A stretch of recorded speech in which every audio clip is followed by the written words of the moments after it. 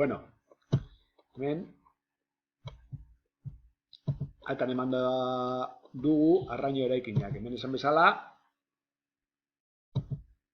klik bikoitza egingo dugu, eta hemen agertzen zaigu zein dan bere NIFA, bere izen juridikoa, bere telefonoa, bere domizilio edo helbide fiskala, ordainketa telematikoa nora egingo dan, zera representante legala ez dugu jarri, baina ez dalako jarri behar, ez dalako beharrezkoa, pertsona de kontakto bai, eta hemen jartzen dugu, edo asesor, aholkularia, administrazio burua, nahi dozuena, bai? Hemen jartzen dugu otra persona que no coincida con la empresa, bai? Eta aktibitateak, 2022 urtean jarri dugu que se trata código 150.120, construcción completa y reparación y realización de obras civiles, ¿vale? Hemen tikatzen dugu, IVA tikatzen dugu, eta ez dago besterik, honekin nahikoa izango litzateke. Aceptar ematen diogu, edo onartu, euskaraz, eta juten gara ja deklarazio egitera. Kasu honetan, dekogu besa 2022 eta bi ditugu.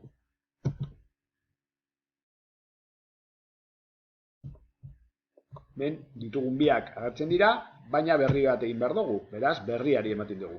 Nor da deklarantea? Arraino, eraikinak, bai? Hemen, IVA deklaraziones ondo, baina beste asko daude egiteko. Bai, gustatu duzu hemen, egin daitekeen guztia, gainera bere azalpenarekin, bale? Oso ondo. Hemen, jardunaldia, edo zein urtean gauden ez da gauden urtea, da zera, aitorpen hau egin nahi dugun urtean. Kasu honetan, justo kurtso, urte hasieran gaudenez, beharko dugu egin zerbait, iazkoa, ez? Bestela, pizka bat arrara egingo zaio programari. Bale, eta orduan, zein gauden lehenengo trimestrean. Da, tipo de declaración normal, bai. Zerbait, bete beharko bagenuke, komplementaria erabiliko genuke. Baina kasu honetan normala da. Deskripzioan ez dugu ezer jarri behar, eta bestean ez. Orduan, honekin nahikoa. Bale, eta hemen dugu betiko zera. Hemen agertuko zaigu, nor dabilen egiten aitorpena. Hemen, arraino, bestela beti ondo behiratu, bestela beste enpresa baten agian txarto aukeratu dugu enpresa, eta hemen beti hau behiratu eta aldatu nahiko bagenu, hauek biak izango genituzken aldatzeko, bale? Orduan, IVA de vengado. Hau zer da? Sortu dan IVA. Eta orduan, hemen zer jarriko dugu? Produkto edo tipo bakoitzarekin sortu dan besa. Hemen, badaukagu. Bai, eta esaten digu, direla. Bai, supermurriztua 20.000.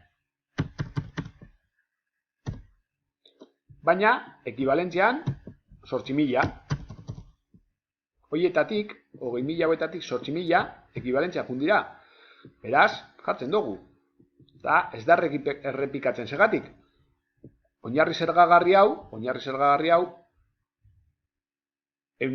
doa, hau deko sartuta barruan, 8.000 hauek barruan sartuta dauz, eta errekargoa daukatenez, 8.000 hauek 0 bostera jungo dira. Eta, kasu guztietan berdin.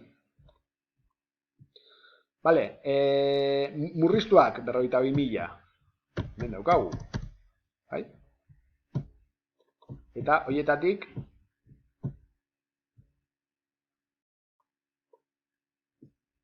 hogeita 1.000 murriztura. Eta azkenaik, 49.000.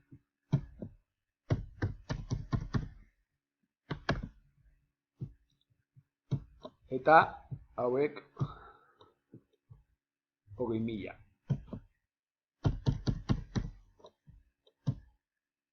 Bale, zer gehiago esaten digu. Bueno, esaten digunaren arabera, erkidego barruko erosketak, una adquisición intracomunitaria deitzen dena, bai? Erkidego barruko erosketak. Hau da, Greziako hornitzaile bati erosten diogu, eta berak 18.000 eurokoak izan dira erosketa horiek, edo erosketa hori, ez? Bat bakarri izan bada. Bai? Ba, adquisiciones intracomunitarias zen hemen aitortu beharko dugu hori. Bai? 18.000. Haukagu. Aceptar ematen diogu edo onartu, eta badaukagu, hemen, adquisiciones intracomunitarias, eta uste dut hau, bukatuta daukagula. Vale? Orduan. Siguiente, daukagu hemen, gezi hau, edo aceptar bebai eman aldiogu. Nahi duzuen bezala. Venga, hemengo diogu aceptar. Vale. Orduan, IVA devengado, edo sortutako beza, amaitu dugu. Eta orduan saltzen gara, ja zaienean, ez? En el IVA deducible, edo bezkengarrian. Beraz, hemen sartzen bagara, IVA deducible en operaciones interiores, hau egin dezakegu? Bueno, kalkulatuta izan genezake, baina ez daukagu. Bai? IVA deducible en importaciones? Ba, ez du jartzen egin dugunik importaziorik. Baina, bai egin dugu adquisizio intrakomunitario bat. Bai? Orduan, hemen bai jarri beharko dugu, zein den bezori. Orduan, egiten badugu, hartzen badugu, bai, esan bezala, hartzen dugu, IVA deducible en importaciones. Ba, bueno, 3.680. Justo aurreko lekuan jarri duguna. Bai? Eta hemen datu gehiago sartu ditzazkegu? Bai, hau sartu genezake, baina hendik ez dugu sartuko. Eta, siguienteri ematen diogu, hemen ez dago ezer gehiago. Ez dago compensación, no hay IVA deducible en adquisiciones intercomunitarias de bienes y servicios, regularización de bienes de inversión, ez dago, eta por el porcentaje de IVA es. Oye, a ver, hemen zer egin dugun txarto. A ver. Ba, txarto, leku txarrean jarri dugu. Bai, ikusten duzue. 3.780. Oso ondo hago programas, esaten dizu, no me coincide lo que me estás declarando, No me coincide lo que me declaras. Vale, orduan. Hemen, zer dau? Ba, beti azaltzen dodana. Compras de bienes comunes, hau zer da? Pues es la que usaremos en cuenta en la 400. Geure aktibitaterako erosten ditugun gauzak. Kasu honetan, a ver, tasa murriztua duten salgaiak. Salgaiak 10 que le hemos comprado a nuestro proveedor para nosotros vender. Eta 10, 60.000. Bai? Bajartzen ditugu hemen, 60.000. Ah, tasa murriztua. Ez super murriztua. Orduan, 60.000. Bai? Vale. Zer gehiago? Tasa orokorrearen pean dauden salgaiak, 30.000. Bueno, bajartzen dugu. 30.000. Bai? Baiko, 6.000 eta 6.300. Vale, a ver, gauza gehiago.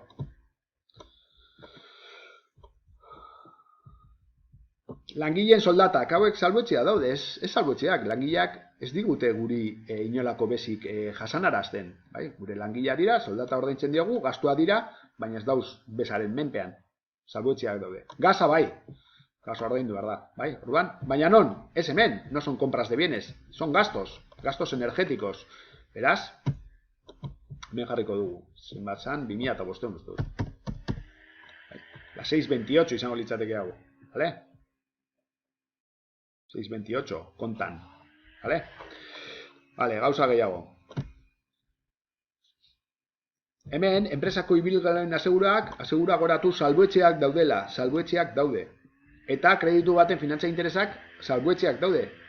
2018. 20. artikuluak, 18. epigrafean esaten digu salbuetxeak daudela bankuko operazio guztiak. Faktorina izan ezik.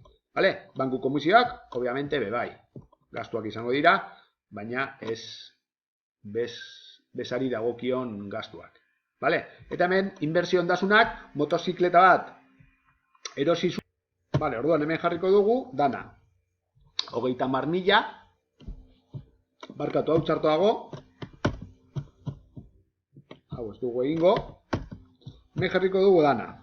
30.000 gehi 12.000. Motorraren 12.000 gehi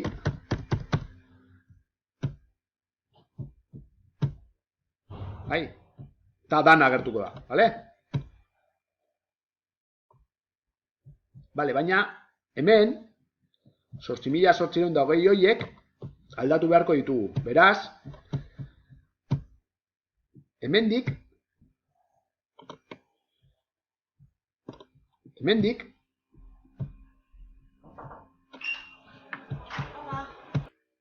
bale, orduan, esan bezala, ingo duguna da 8.820 hauek aldatu, ze hau benetan da guk soportatu duguna, baina ez da kengarria guztiz. Orduan hemen, zer jarriko dugu?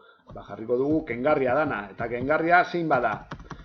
30.000 euroren, hemengo 30.000 euroren 180 gehi motorraren 12.000 euroren erdia bakarrik. Ze, esan dugu motorra bakarrik erdia kengarria zala. Beraz, honek 6.930 euro ematen ditu. Bai? Izango litzateke 6.300 ken 110, ze hori da 6.300 ken 630, 5.630 euro. 5.630 euro. Eta gero bestea, motorra 1.260 euro horiek bakarrik kendu ditzazkegu, ez 2.520, da 2.000 bider 121. Bale? Hau, egin behar dugu kalkulua zer dan. Bai? Eta gero, honekin batera, eta honi eman boinalen, igoko ditugu 6.000, egingo dugu honen batuketa dana. 6.000 euro gehi 6.300. Bai? Gehi 525. Eta gehi 6.930 euro. Vale? Honek guztira, 19.755 ematen dau.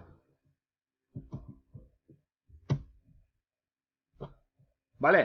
Orduan hemen esan digo, oye, no coincide el sumatorio, vale? Laga pizka bat, mesedez?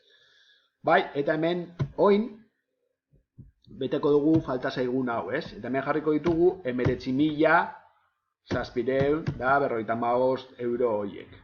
Vale? Begiratzen dugu.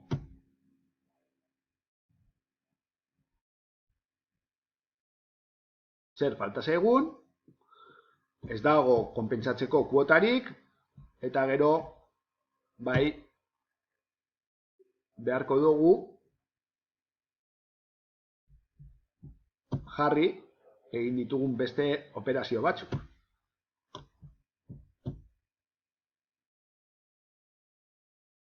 Vale, hemen, exportaciones, bai, 89.000 euro, egin ditugu Errusiara, bai?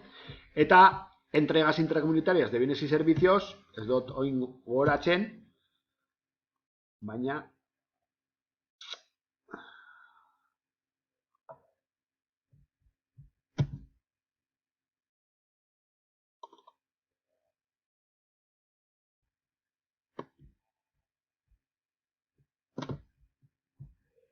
entreak 15.000 euro. Bai? Hauek salbuetsita daude, baina hauetaz zera, aldundia informatu behar dugu. Ogasuna informatu behar dugu, zer egin dugun kanpoko, bezaren kanpoko komertziarekiko gure aktibitatean. Hori informatu behar da, bai? Orduan, onartu egiten dugu, eta hemen esaten digu, bai,